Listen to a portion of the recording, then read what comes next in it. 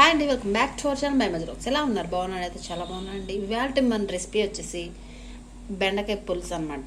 దీన్ని చేయటం కన్నా తినేటప్పుడు చూపిస్తే బాగుంటుంది అనిపించింది అనమాట. ఎందుకు ఏంటని నేను మీతో షేర్ చేసుకోవాలనుకుంటున్నాను. ఎందుకంటే బెండకాయ పులుసులో ఎప్పుడైనా సరే ఆవకాయ పచ్చడి నంచుకొని తింటే ఎంత కమ్మగా ఉంటుందో. మీరు ఎప్పుడైనా ఇలాంటి డిఫరెంట్ టేస్ట్ మీరు ట్రై చేశారా?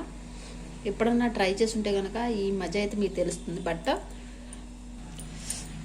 ఆవకాయ పచ్చడి విత్ బెండకాయ పులుసు అనమాట. చాలా అంటే చాలా టేస్టీగా ఉంటుందన్నమాట. ఒకసారి ట్రై చేసి చూడండి, మర్చిపోద్ది అనమాట. చాలా అంటే చాలా ఎమ్మీ అండ్ టేస్టీగా కమ్మగా ఉంటుంది అనమాట. ఫస్ట్ ఆఫ్ ఆల్ నేనైతే అందుకే నేను మీతో షేర్ చేసుకోవాలనుకున్నాను ఈ వీడియోని.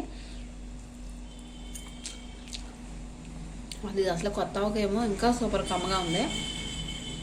చాలా అంటే చాలా బాగుంటుందండి. ఇట్లా ఒక్కొక్క రెసిపీ చూసి దాని రిజల్ట్ చెప్పడం కన్నా తిని దాని రిజల్ట్ చెప్తే చాలా అంటే చాలా గొప్పగా ఉంటుందన్నమాట. అందుకే నేను మీతో ఇవాళ నేను వంట చేస్తే ఉంది, చేసిన తిని చూపిస్తే బాగుంటుందని చెప్పి ఈ రెసిపీ అయితే ప్రిపేర్ చేశాను.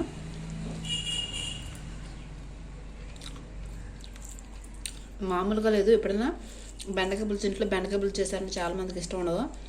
కానీ ఇలాగా బెండకాయ పులుసులో కమ్మగా ఇలా ఆవకాయ కలుపుకొని ఒక ముద్ద తిని చూడండి, ఇంకా ఎంత రైస్ అయినా తినాలనిపించదు అనమాట. నాకైతే నోరు ఊరిపోతుంది. మరైతే నేను చేసుకున్నటువంటి ఈ బెండకాయ పులుసులో కలిపినట్టు ఆవకాయ ఈ కాంబినేషన్లో మీకు నచ్చినట్టయితే కనుక ఖచ్చితంగా లైక్ చేయండి, షేర్ చేయండి, కామెంట్ చేయండి, మర్చిపోకుండా సబ్స్క్రైబ్ చేసుకోండి. ఇలాంటి వీడియోస్ మరెన్నో మీకు రావాలనుకుంటే ఖచ్చితంగా బెల్ ఐకాన్ ప్రెస్ చేయండి. అలాగే డైలీ నా ఛానల్ ఫాలో అవుతా ట్రై చేయండి. మీరు లావణ్య. Thank you.